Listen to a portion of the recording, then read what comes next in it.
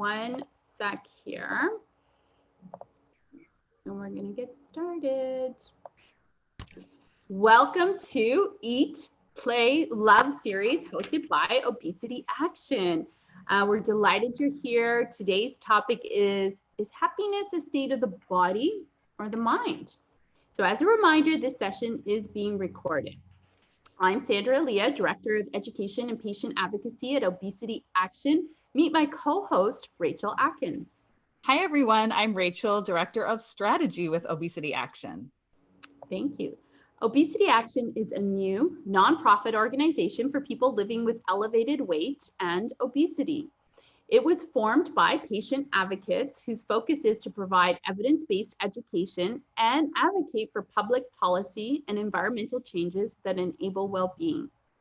If we can do that, we are one step closer to the acceptance and inclusion of millions of people in larger bodies. Obesity Action is bringing together a community of seekers, hoping to find a solution aimed at healing the mind, body, and spirit. Together, we will create a community of enlightened and connected people who nourish, love, and accept their bodies.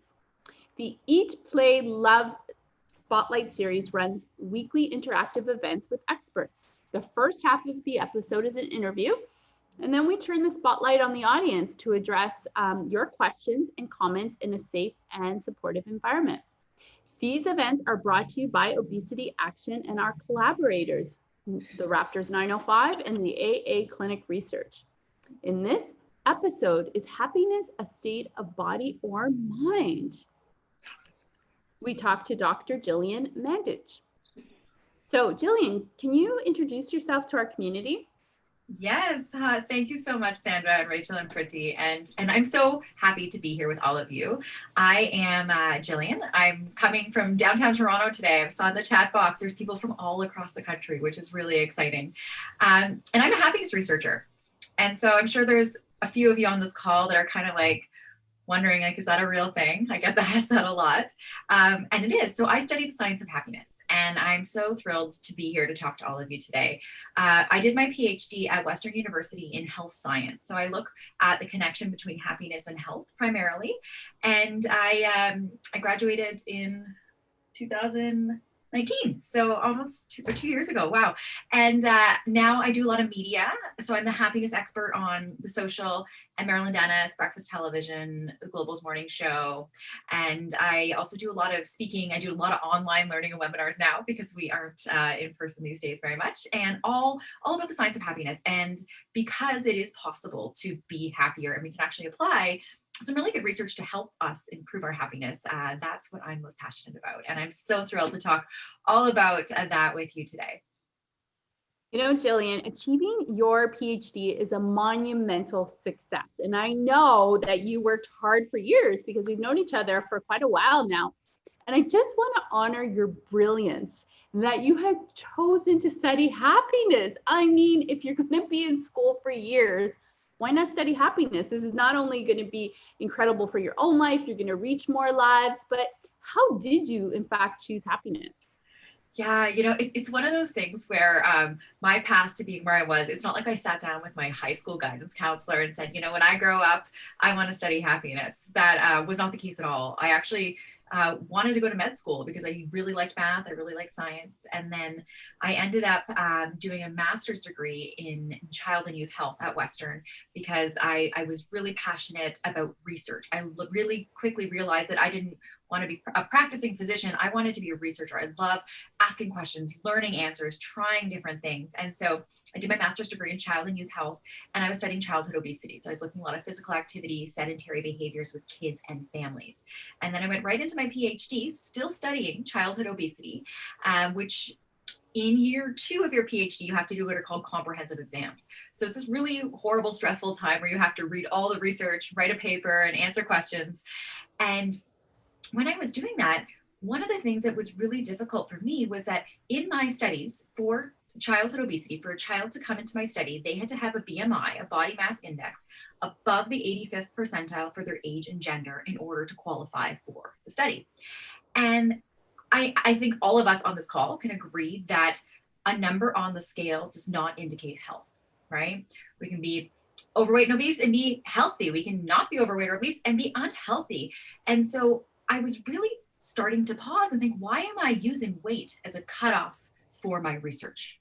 Didn't make sense to me. And so I just went into the literature and I just started reading, and I'm like, what else besides the number on a scale is something that I can use to promote health? Because what I'm most passionate about at my core is really, how do we live our best life ever? We all get one shot at life.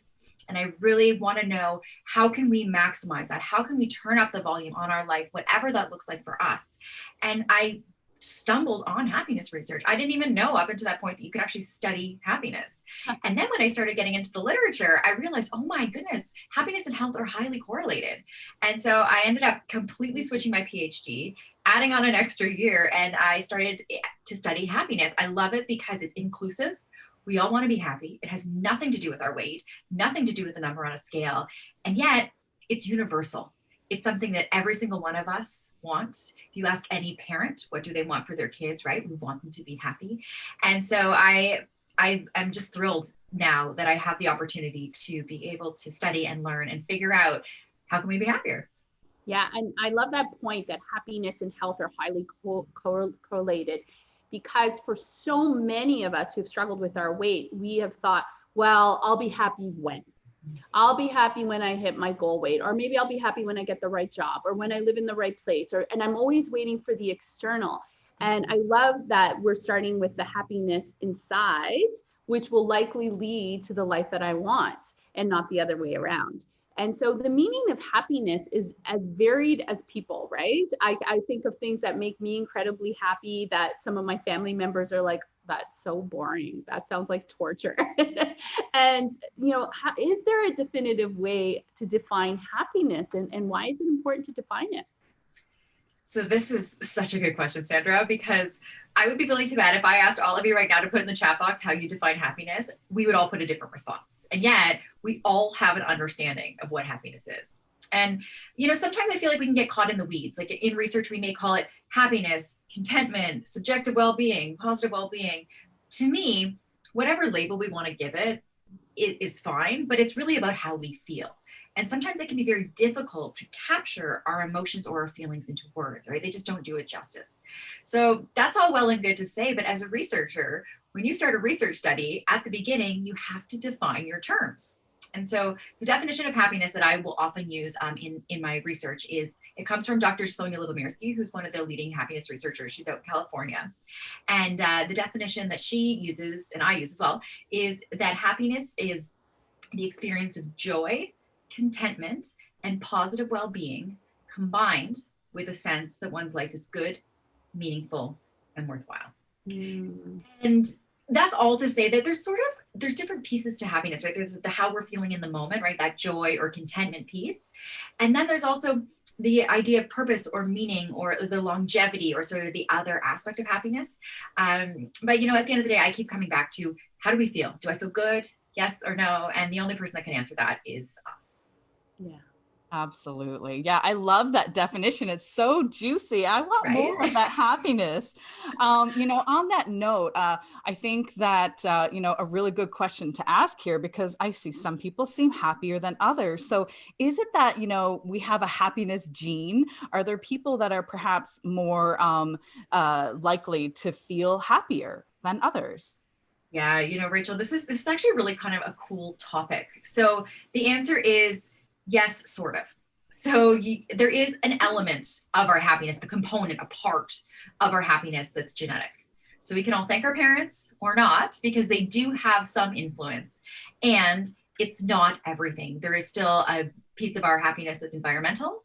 And then there's another piece that's our thoughts, our actions, and our behaviors. And so as a happiness researcher, my work really focuses on the piece of our happiness that's influenced by our thoughts, our actions, and our behaviors. Because when we think about what's actually amenable to change, we can't change our genes. We can maybe change gene expression, but it's very difficult. Environment, we can change it, and it's very difficult, especially, say, living in a pandemic. And our thoughts, our actions, and our behaviors, those are things that are right within us and within our control. And so research really shows that when you focus on that piece of your happiness, no matter how happy or unhappy you're feeling right now, each and every one of us has the capacity to increase our happiness in a significant and meaningful way. And so that's the piece that I think is the most important is, yeah, there is some genetics, and you might be wondering, how do they determine what is genetic, what's not? And so what research actually do is they do twin studies. So they find twins, genetically identical twins that are separated at birth. And then they start to look at the differences between them, because genetically they're the same, but environmentally they're different. So that's sort of where they came up with it. And yes, there is a genetic element. And I think the really key part of it is to know that our thoughts, our actions, and our behaviors have a significant impact on our happiness. And there are things that we can do to change that and to be happier. Oh, that's so good to hear that we have some control over that. And so for the pieces that we have control over, what can we do with respect to happiness? How can it help us influence, the outcomes in our life, like how to have a happier life, how to have a healthier life, how to manage that? So what can we do from a happiness perspective? Yeah, the way I kind of think about happiness is like, you could watch TV. Remember those like old black and white TVs with like the antennas, and you'd have to like move them, and then we'd like fuzzy, and you get like 2 channels, right? So you could watch TV on that, or you can watch TV on like a flat screen HD 4K TV. And the way I see happiness is like looking at the lens, looking at the TV that's in HD 4K. I see it as an opportunity to really turn the volume up on life, to appreciate, to savor all of the things around us. And like I talked about earlier, happiness and health is highly correlated. But also when we think about so many areas of our life, like we think about focusing on one thing and the impact. So even research shows that when we compare happy people to unhappy people in the workplace, happy people are more productive. They're rated as better liked. They are more altruistic. They're more likely to volunteer both their time and their money. They tend to have longer and more fulfilling marriages, better friendships, stronger friendships, are rated as more well liked. So really, when we think about how much the benefits of happiness extrapolate into so many areas of our life. And the other thing that I think was really cool, so there's actually research out of Harvard that shows that our happiness actually spreads 3 degrees from us. So when we focus on our happiness and we start to focus on our thoughts, our actions, and our behaviors, the people that we meet that day, and this could be in person or virtual, it doesn't have to be in person, they sort of as a byproduct receive some of that happiness, but then also the people that they meet.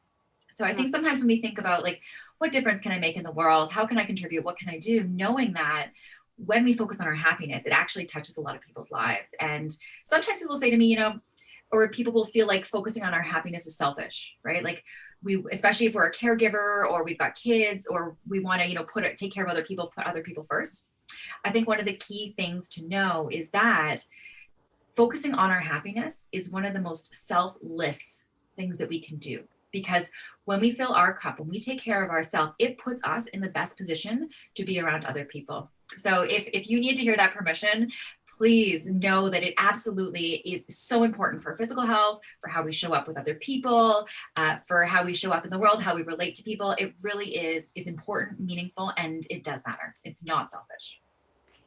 I want to touch on the ripple effect, right? So my happiness and how that affects, and dialing up on the happiness meter makes me think of my family in Southern Italy. So when I go there, Southern Italy is not an affluent part of Italy, and they struggle in terms of jobs and making money, but I have the best time there. And I love how for them, it's community and connection and the best food that they can get their hands on. So I'm going to flip switch for a minute. Like, can money give you happiness? Because we've all been led to believe that's the key. I know, right? I'm curious if any of you guys are for the chat box. What do you think? Yes or no? I'm curious. What do you guys think? Do you think money can buy happiness? No? This group's too smart. Look at you guys could give this talk for me, this chat, blow it up with no's. So we all know. That being said, it's not a very crystal clear answer. There's kind of some caveats to that. And actually, Wayne just said, but a lack of it can be a problem. This is exactly it. So when we look at the research, what we find is that if our basic needs are not met, if we're worried about how am I going to put food on the table, how am I going to pay my rent, then yes, absolutely, it is a factor. Once we get above that level, it's not more money equals more happiness. So, you know, and you look at that, right? You see people that are millionaires or whatever, and then they want a bigger yacht, or there's always striving no matter where we are on the financial spectrum. The one thing that I will say though is when we think about how we spend our money, when we think about buying a new car, for example, that gives us a short-term boost in our happiness. If we're asking the question, how do I spend my money to maximize happiness? It really comes down to experiences. So, you know, I think about this for Christmas gifts, birthday gifts, holiday gifts, whatever, is how can I buy something that's an experience, a shared experience, something like that, trips together when we can take them again, spending the money doing things like that, memories, experiences. If you are wanting to figure out how to spend it to try to maximize it, that's the way. Yeah. Yeah. And I am all about rituals and routines. That's a big part of my life. And especially during lockdown and COVID, my routine was something I clung to. So are there things that we can do on a consistent basis to influence our level of happiness? Yes, there are, Sandra. Isn't that good news? So actually, I'm going to share a couple with you. There's several. And one of the things I think that's important to know is that the ones that I'm sharing with you, there's research that shows that there are several different ways that we can focus on our thoughts, our actions, and our behaviors to increase our happiness. And yet, what makes each and every one of us happy is different. So some of these may resonate with you, some of them may not, some of them may at certain times in your life, because oftentimes when I tell somebody to research happiness, they'll say, okay, like what's the one thing? Like what's the magic pill? Like what's the one thing I need to do or buy or get or say in order to be happy? And so I guess the good news and bad news or bad news, depending on how you look at it, is there's no magic pill. At the same time, the good news is it's up to us. We have to figure it out. So when we look at what can actually have a meaningful impact on our elevating our happiness level, actually, so the first one I want to share with you is that I did a study at Western University with undergraduate students, and every week for 4 weeks, they learned skills that were highly correlated with happiness. And at the end of the study, I asked them, which out of all the skills was your favorite? So they learned about the importance of connection and meaningful relationships. They learned about mindfulness. They learned about savoring, which is where we take time to really appreciate that cup of coffee in the morning, you know, the smells, things like that. But the number one thing that they saw, and I saw someone write it in the chat box as well, is gratitude. So what I love about gratitude is that it doesn't cost anything. It doesn't take a lot of time. And you can write it down or use an app, but you don't even need to. You can do it in your head. And so what's really interesting about gratitude, though, is it's highly correlated with happiness. But it's not like one day you practice gratitude and then all of a sudden you're happy. Like that's not how it works. It's sort of one of those things where over time, it slowly starts to change our happiness. And what's interesting is that when I measured the happiness of the students in my study, I also measured the gratitude pre and post, so before the study, after the study. And at the end of the study, I asked them, like, do you feel like you're a lot happier, you're a lot more grateful? And they were like, no, not really. And yet, when I looked at the numbers on that I scored them on, they were statistically significantly happier and more grateful. So because it happens gradually over time, sometimes we may not even notice the changes that are happening. So I bring that up because I think sometimes we get into, especially if you're like, okay, well, what's different? And the reality is it's slow changes over time. What I will say though, is if you really want to maximize your gratitude practice, a couple things to know are, one, we're creatures of habits often as humans, right? Even Sandra, you're talking about routine, right? So in the routine, if you're practicing gratitude or incorporating that into a morning routine, an evening routine, whatever it is, ask different questions. So maybe one day, who am I grateful for? Or what body parts am I grateful for? Or what did I learn today that I'm grateful for? So asking different questions. You don't have to ask a different question every single day, just making sure that we're not asking the same question. Then also when you're thinking about your answers, getting as descriptive as possible. So, you know, maybe you're feeling really grateful for this time that we're spending together on the call. What was it about it? Get descriptive with it, because the more that you do that, the more profound the impact of gratitude. And then when we are also doing it, seeing if we can involve more of our senses, making it a more full sensory experience. So if you're grateful for the breakfast that you made because it was really delicious and it energized you for the day, what did it taste like? What were the textures? What did it smell like? Doing that, making it a more sensory experience can also help to really maximize it too. Oh, that's so helpful. I think right now a lot of us are forced to probably spend more time alone than we would like. And I think what I'm hearing from a lot of the things that you just talked about are these are all things that we can do on our own. We don't, sometimes we think that we have to be in these big social settings with friends around us to enjoy some of these things and be happy. But what I'm hearing from you is you can do these things alone. You can be happy alone.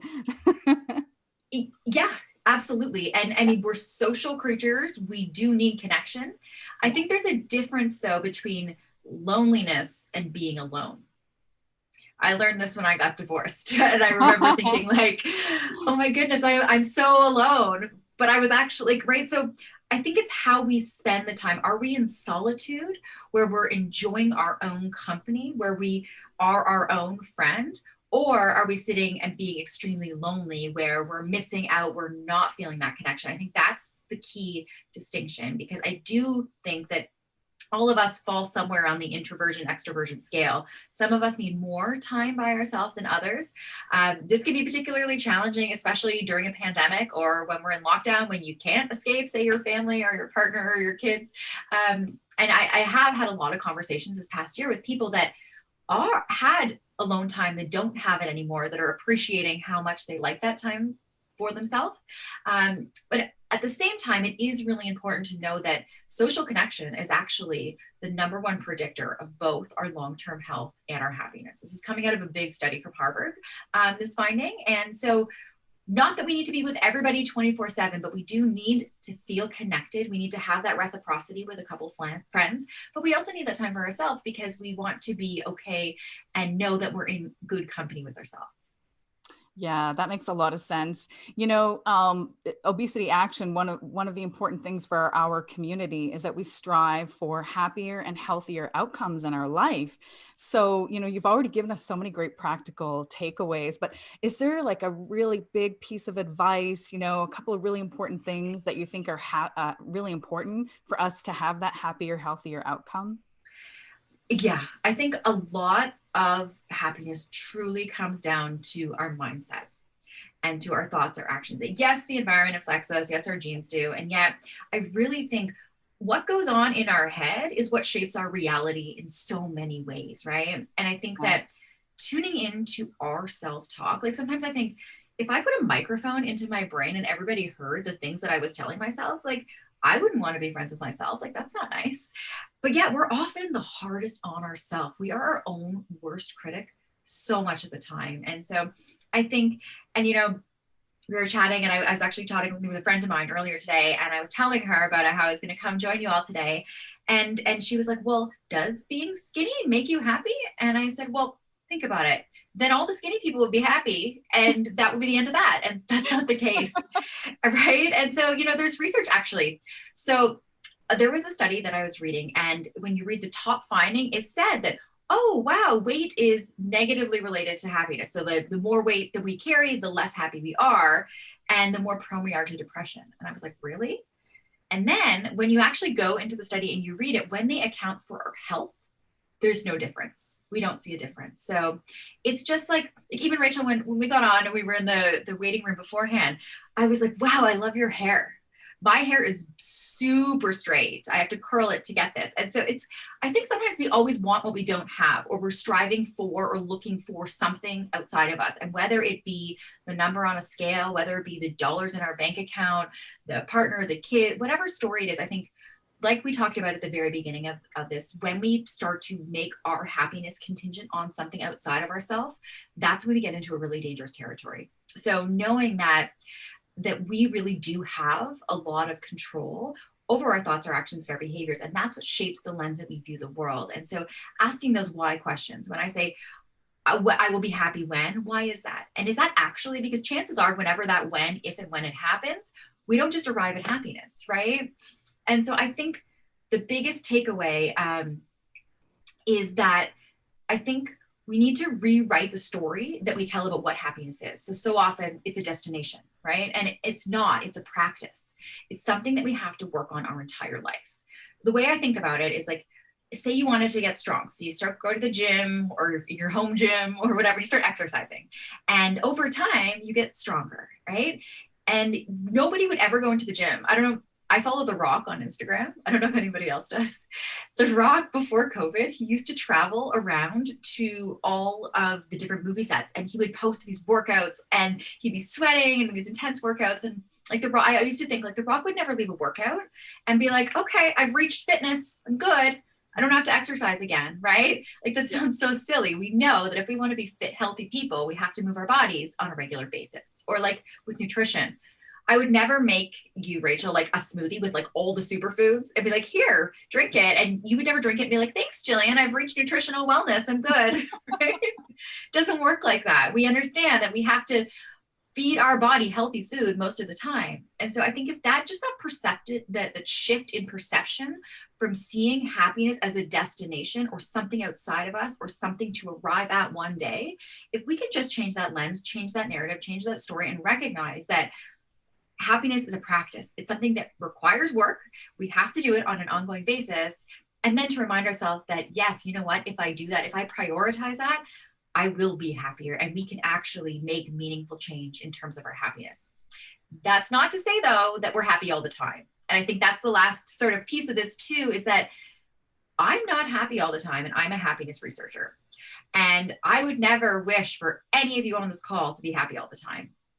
Like, in total honesty, when I started studying happiness, like I talked about at the beginning, I wanted to figure out how to be happy. I'm a researcher. I know how to research. So why don't figure this out if I don't know? And one of the things that I quickly learned was that the goal is not happiness all the time. We need highs, we need lows. Resilient times show us what we're capable of. It tests our character. It gives us an appreciation for those good moments. So the other piece is I really want to invite you to take the pressure off to feel happy all the time, because sometimes that can almost make it even worse if we feel like we need to be happy, but we aren't. I will say that one of the silver linings of this pandemic is that there's a lot more conversations that are going beyond, hi, how are you? I'm fine. How are you? I'm fine. We're starting to be able to talk about having all of these other things, and it really is important. And there's actually research, they call it the dark side of happiness. And people that like put their blinders on single-mindedly, narrow-mindedly, all the goal, happy all the time, trying to be happy all the time, those people are less happy. So I think that's an important piece too, to know don't have to be happy all the time. Yeah, I think I've met them at car dealerships. Sorry, sidebar. So our final question to you, Gillian. Obesity Action is a new organization, and we're really here to support our community members. What can we do to support their happiness? What advice do you have? What you are doing right now is, I would argue, one of the best ways to support the entire community's happiness. Because like I talked about, social connection, feeling belonging, feeling like you're part of a community is the number one predictor of both our long-term health and our happiness. And I think that, like I talked about, how we get one shot at life. And even though we do enjoy time by ourselves, we don't want to feel alone. We want to feel connected and to community. And I really think that by creating a community, a safe, respectful, kind, inclusive community is one of the most important things that you can do for this group, to be able to allow people the space to come together, to talk, to share, to do that in a very safe environment is so important. And that's exactly what you're doing right now. So yay. Oh, so good to hear. We're hitting the mark. Yeah. I want to say that now the floor is open for audience questions. We will prioritize live questions versus the ones in the chat box. And when you ask your question, we encourage you to turn on your camera when you're ready to ask your question. Introduce yourself. Let us know where you're tuning in from. So you have a couple of options to ask a question. You can raise your hand virtually, and the way that you do that, you hit the participant button, you find your name, there's 3 little dots, and you can raise your hand virtually. You can also turn off your camera and just raise your hand the old-fashioned way. We'll be scanning for those. And of course, if all else fails, you can definitely put something in the chat box. So we already have a hand up from Eve. Go ahead, Eve. Can you unmute yourself? Hi, thank you very much. My question is in the chat box too, but I did want to ask it. Dr. Mandich, as a researcher in child and youth health and happiness, have you made any correlation with ADHD and happiness or obesity? Great question. I personally have not looked at ADHD in any work, nor have I read anything in particular about it. That's not to say that it's there isn't work done. I haven't specifically looked at that. What I will say though is that learning is in progress and educating ourselves, and that can be something that really does influence our happiness. The other thing I will say is that how I talked about happiness, a lot of it being our thoughts, our actions, and our behaviors. Although I don't know anything, one of the things I would be curious about is what that correlation is in particular with kids. I will say, as from the kid perspective, we take sort of the ADHD piece out and just look at children overall. So I actually do research part-time at Sick Kids. I live downtown Toronto, and I get asked a lot from parents, how do I make my kids happy, right? And like I talked about earlier, we all want our kids to be happy. When you ask parents, that's what they say. And I think I often say step number one is, what are you doing for yourself? Because what we model, our kids watch what we do, they don't hear what we say most of the time, right? Any parent on this call can relate to what I'm saying. And so I think a lot of it starts with us, and when we start to model those behaviors for our kids, for our family, for our friends, that's a really powerful model for that for other people.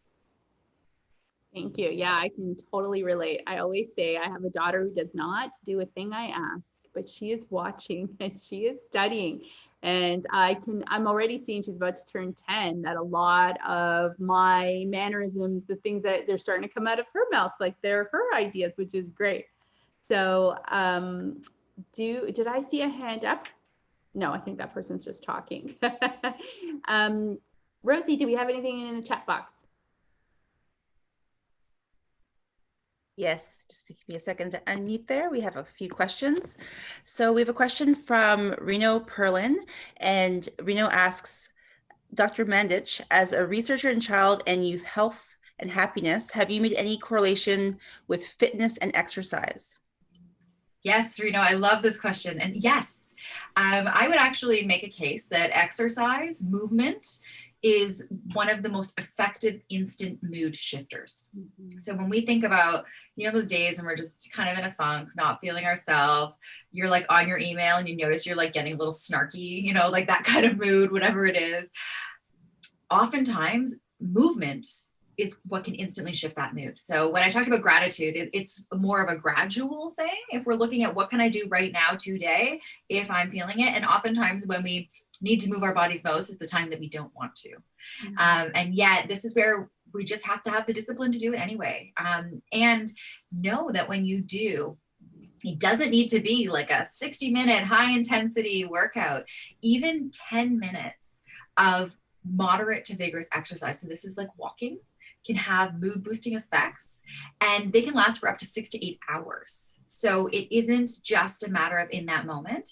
Also, when we start to move our body, we have these endorphins. Those are our feel-good hormones, right? They start to rush. So we start to see benefits there.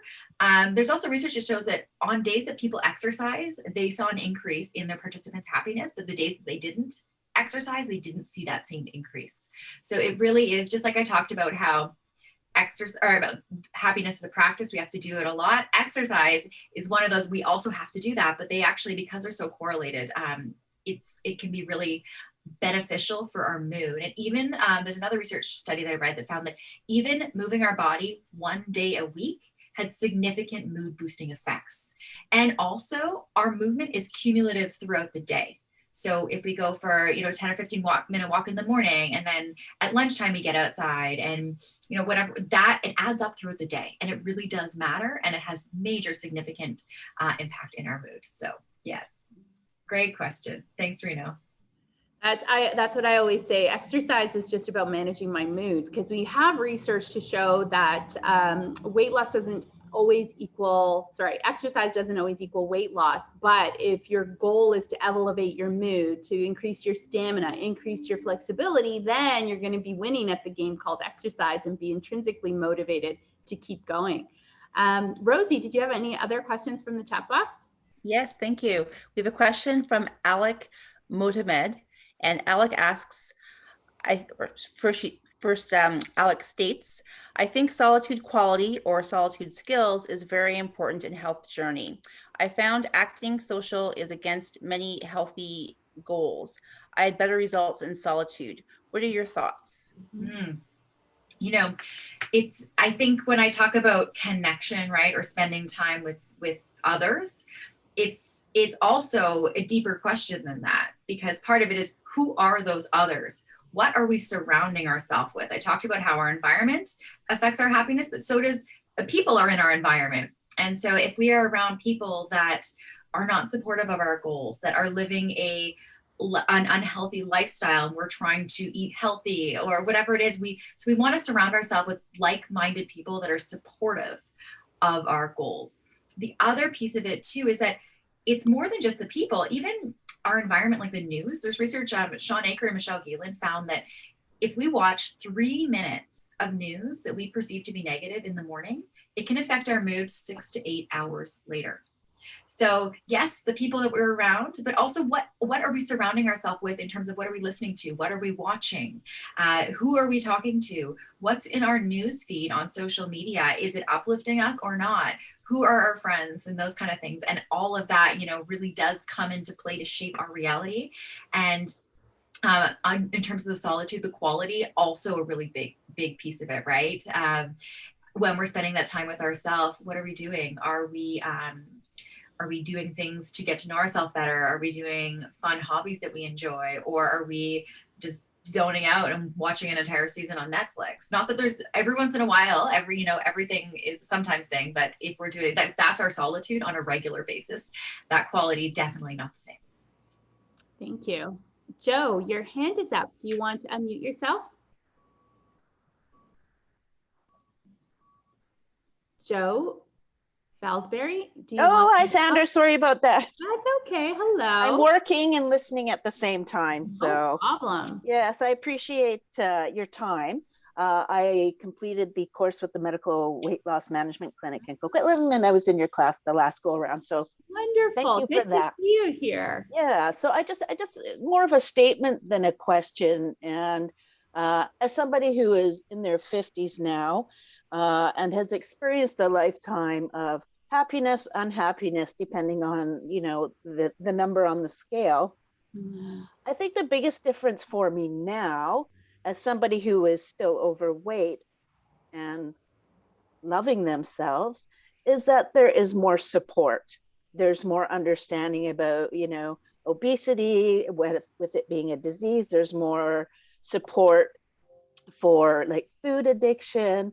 And it makes a big difference, because while it's great to have family and friends, we always suffer with, my doctor just blows me off that I need to move more and eat less. And so it's really hard to love yourself if you feel like you're failing at that. So all of these things that are available to us now are absolutely fabulous. So thank you everybody for your time today. It makes a big difference. Thank you. That was a wonderful comment. Thanks so much. Michael, you have a question. Please unmute yourself and go ahead. Yes, good morning. Hi, Dr. Mandich. Thank you very much, Sandra. So my name is Michael Bidu. I'm actually running a software company in digital therapeutics focused on obesity. And the question that I have, Dr. Mandich, for you, because we're talking about happiness. A couple of years ago, I arrived in Copenhagen at the airport for the first time, and it was a massive banner right in your face saying that you probably arrived on the happiest place on the planet. Yeah. And I'm like, wow, I didn't know such a place exists. I mean, I thought Bhutan is the happiest, but anyway, here we are.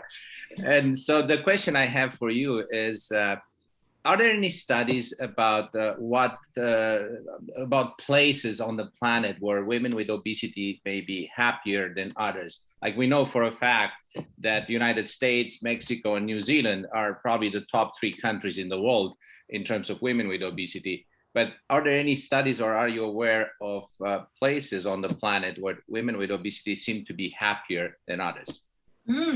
Great question. So I have two things for your answer. So the first is sort of more about places in general. So every year the World Health Organization ranks all of the countries in terms of their happiness. And like you said, the top is always like the Scandinavian countries. They kind of move around a little bit, but like Finland, Sweden, Norway, Denmark, Iceland, they're always around the top. Canada is like 8 to 10-ish range. States is a little bit lower than us.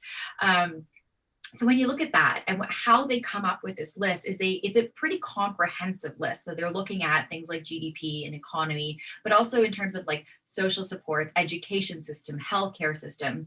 So we do see that like you said, when you arrived in Copenhagen, no surprise, right? Those people, and actually just as like a fun fact, in 2008, remember we had that massive banking crisis? So Iceland was actually, they were ranked near the top. And then when that banking crisis happened, like essentially as a country, Iceland went bankrupt. Like it was a very difficult financial time for them. And so researchers anticipated that the next year on that list, Iceland would drop pretty far. And what they found was that they didn't. And so the researchers were like wondering why. And what they found was that Iceland, out of all the countries in the world, ranked the highest on social connection. So they, as a community and as a people, had and felt the most connected. And so that was what researchers thought was what acted like a buffer to help mitigate what they thought was going to be part of that. So that's a fun fact. The other thing about places in the world, it's an interesting conversation with obesity in particular, because in different parts of the world, obesity in like third world countries or impoverished countries can actually signify wealth, right? And so it's not as easy. And because there are cultural elements to it as well, it's not a very clear answer. What I can say is that across the board, we're more universal than we are different. And so yes, and like I talked about with money, right, and having our basic needs met, I think that's another piece of it as well. But yeah, that's a really great question. Thank you. Thank you. Thank you. We'll go over to the chat box. Rosie? Thank you, Sandra. Another question we have is from Lana Pierce Searles. And Lana asks, how do you talk to young women in their 20s specifically about being happy with their weight? This is a very big conversation. I taught at Western for 4 years when I was doing my PhD. And so my students were around that exact age. And we would have a lot of conversations around this because today's day and age is so much more difficult, in my opinion, because the media and the social media, like every single child or teenager that age has like a phone in their hand all the time. And so now they're looking at the world from a filtered perspective, right? They're looking at these curated photos, these filtered photos, like they have apps to like make their like waist smaller and their whatever, right? Like there's all of these apps that are now creating an unrealistic picture of what is actually happening, right? What is actually seen. And then their girls are they're looking at themselves and their body and they're comparing it to this picture, which isn't even real. So now we have a standard, a completely unrealistic standard of comparison. And so that's a very dangerous place to be in. Also, with the social media thing, every time we get like a like, we get a dopamine hit, right? And dopamine is actually one of the neurotransmitters that makes us feel good. It's like that, oh, that pleasure, right? That's why we like to go back and eat yummy food, because we get that hit of dopamine because we enjoy it. That's why when we are around people that we like, we get that hit, we get that smile, right? So with that though, then it becomes even more complicated because now they're looking to social media to get that validation or those likes to get that. And it's really dangerous. The reality is like, we're also not going to get them off of social media in particular. And we're not going to be able to, I will say that especially in the past year, we are seeing a lot more inclusivity across the board, in advertising, in communities, in all of that, in marketing. So I do feel like it's going in a way that is more inclusive of different body shapes, different skin types, different hair types, different facial, all of that.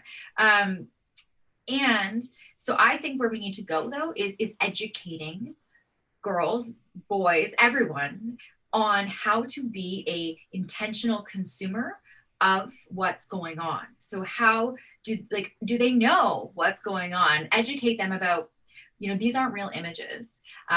Educate them because a lot of it happens, this comparison happens without us even knowing it sometimes, right? They don't even realize that they're doing it because it's so normal. So starting to be intentional about consuming social media. You know, I will say that a lot of times, like I'll look at my niece and she'll just be sitting there and she won't, like, she'll grab her phone and she'll just start scrolling without even like wanting to pick, like it's like a habit.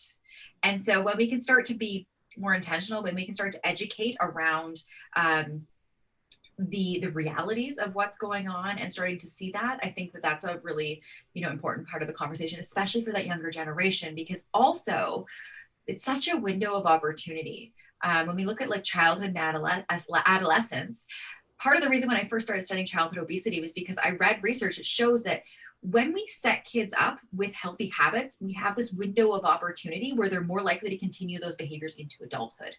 So, you know, I think that it's really one of those things that when we do the work, we have those conversations, when we can normalize those conversations, that can really help as well. And a lot easier said than done. Oh, I know. I have a 10-year-old daughter and you know, she doesn't have social media, but that's such an important point that those images are not real. And so if I'm comparing myself to an image that's not real, I'm going to lose every single time. So it's not a really, it's such a delicate and evolving issue that we have to keep close tabs on. Rosie, any other comments from or questions from the chat box? Yes, thank you, Sandra. We have a question from Trina who asks, what is a good first step for someone in their 60s who feels they have made many mistakes in their life, has suffered from depression, is not happy with herself, and is feeling old, fat, and ugly? You know, I love that the question started with what is the first step, because that's the hardest step. It really is. Whenever we want to take action to do anything, that first step is the hardest. And I also want to celebrate that question even being asked, because awareness is the first step to a behavior change, right? We can't change what we don't know we need to change or do differently, right? So we have to have that awareness. And once we do, one, I think part of this is really about self-compassion. A lot of this starts with self. So self-compassion, where our past is the past, and leaving some of that in the past is going to set us up for being in the present moment, and happiness happens in the moment. When we go to the future, right, or into anxiety, or we're living in the past, that's not where happiness lives. And so I think a lot of happiness, and one of the tips I actually share when I do like online webinars is about letting go, because I think we often carry such a burden of things that didn't happen, things that happened, things that we did. And part of being happiness sometimes is lightening that load and letting go of those things, having compassion for who we were at that time when we made those decisions, and then recognizing that now is different. And every day, like, I know this sounds like an Instagram quote, but it's true. Like every day we have this fresh opportunity to make different choices. And every single behavior change starts with that one thing. And so I think as a first step, one, to celebrate that you asked that question, what is that step? And then one of the things, a fun activity that I like to do sometimes with some of my clients is do what I call like happiness hunting. Because often when I talk to research participants in particular, if I'm doing like interviews or focus groups, I'll say, what makes you happy? And then usually one of two things happen. So one, I'll have an immediate response, like they won't even exhale their breath and they'll be like, my mom, my dog, my cat, my whatever. Or I'll get like a long pause and like a really like contemplative thinking. And so this tells me either our response to happiness is so automatic that is there a lot of intention to it? Or is that just what we think, like that's our automatic answer? Or if we really have to think about it, then we may not know what makes us happy. And then the follow-up question I usually ask after that is, okay, well, are you as happy as you think you possibly could be? And I actually have never had somebody say yes to that question yet. So I'll say, okay, well, if you don't know what makes you happy, no wonder you're not as happy as you possibly could be. So this happiness hunting activity is a really great way to start to figure out what are those things in our life that bring us joy, that make us happy. And so it's as simple as taking out a piece of paper, using the notes section in your phone, and just as you go through the day and you do activities, just take a second to check in and be like, okay, I just did the dishes. Do I feel more happy or less happy? Okay, I just had a great call with my mom. Do I feel more happy or less happy? Okay, I just got my inbox to 0. Do I feel more happy or less happy? And then you do it for one day or a couple of days, but essentially you're being your own happiness researcher. You are asking yourself and figuring out that question. Because like I said at the beginning of our call today, nobody knows all the things that make you happy except for you. And so if we want to do things and we want to feel happy, then we have to bring more of that into our life. So once we have an idea of some of the things that make us happy, from there, we can start to bring more of that. So if we notice that, for me, I've learned this year that doing jigsaw puzzles makes me happy. And so I spend a lot of Friday nights and Saturday nights doing jigsaw puzzles now, and I had no idea. But so once we start to learn these things, then we're able to do more of that. And at the same time on that list, we're going to notice that there was things that make us less happy. And if dishes is on your list, it is on mine. We can't eliminate some of those things because that's part of being a functioning human in this world. At the same time, there probably are things that we can do less of, do less often, maybe outsource or do differently. And then the things that we can't change, how much of our mental real estate are we giving to that, right? Because oftentimes a task may take us an hour, but how many of us have like dreaded going to Costco on a Saturday? And like all morning, it's like giving you, oh, I don't want to go. It like takes up much more of the time than actually having to be at Costco. So I think that this is a really good opportunity in terms of a first step is to figure out and answer that question. What are the things that you do in your life right now that make you happy? And how can I bring more of that into my life? So we probably have time for one, maybe two more questions. So let's take one from the chat box. Okay, great. Thank you, Sandra. Tracy Xavier asks, she states, I work with a crisis text line and notice more youth reaching out about their struggles with body image and how it relates to their self-worth. There are national eating disorder supports that exist that we can refer if that is an issue, but do online or peer support forums exist for youth that are struggling with body issues? Yes. I think that there's a lot of research that shows that community around this can often be very effective. At the same time, this isn't like a panacea for everybody, but on average, like I talked about that, the importance of connection. When we're going through whatever the challenges that we're experiencing, whether it be struggling with body issues, whether it be children that are going through divorce and they're struggling with that, whether it be school-related challenges, oftentimes when we can't even change the situation, knowing that we're not alone or we're the only one going through this can help to ease the burden. It doesn't change the situation, but it changes how we feel in it. And so oftentimes when they're able to have, especially conversations around body image with a professional there to help navigate that conversation, it can be really, really beneficial for sure. Great. Maybe one more question, Rosie? Okay, great. We have a question from Sonia Radcliffe. Sonia asks, what is something someone can do to increase motivation in the moment to be able to engage in more movement or any behavior that increases happiness? Yeah, right. Because this is the challenge so often is we know, but do we do, right? It's like, I see that quote on the Instagram all the time, like knowledge is power, knowledge is power, knowledge is power. And I'm always like, no, like knowledge is potential power. It's what we do with that matters in terms of getting that impact or achieving that goal. And I think it can be so, we're on a call right now and we're all feeling potentially, hopefully a bit more motivated to do these things. And then guess what? We get off Zoom and then the dishes are there and then we have to pick up the kids and then I got to make dinner. And it's very easy to lose that. And I think that one of the big questions with any behavior change, but especially with happiness, comes back to that why and getting so clear on our why. Why is it that I'm doing what I'm doing? Why do I want to feel happy, right? Why the why driving a lot of our behaviors can be the compass that we use to navigate, because often when we're so clear on that big why, I want to be healthy. So sometimes I want to feel healthy. I want to feel energized. I know that if I go out this afternoon for a walk, I'm going to come back with more energy. I know I'm going to feel sharper. I know that I am going to be more alert and happier. And so when we get to that why, sometimes when we don't have that motivation, it can be the thing that gives us the motivation. And the other thing is sometimes we just have to do things we don't want to do because we know that they're good. And, sometimes I'll drink, like my boyfriend always makes like really green juices that taste like the lawnmower. And I'm always like, I'm drinking this because I know it's healthy for me, but I don't like it, but I do it because, like sometimes I'll put myself to bed, even though I want to watch another show on Netflix, right? So sometimes we have to do those things because we know that they're good for us. Gillian, we offer our sincere thanks for you generously giving us your time today. I have to say my biggest takeaway, which I'm going to incorporate in my routines, is hunt for happiness. Look for those moments. Really start to ask myself what brings me more happiness and less happiness, and start building my own toolkit of what I should be doing with my time. How about you, Rachel? You know, I loved when both you, Sandra, and Gillian were talking about this idea of looking at movement as a way to manage your happiness. Because I don't have the best relationship with the word exercise, but I love movement, and I love the word, the idea that it will help me have more happiness. Yep. Well, get involved as a member of our obesity action community.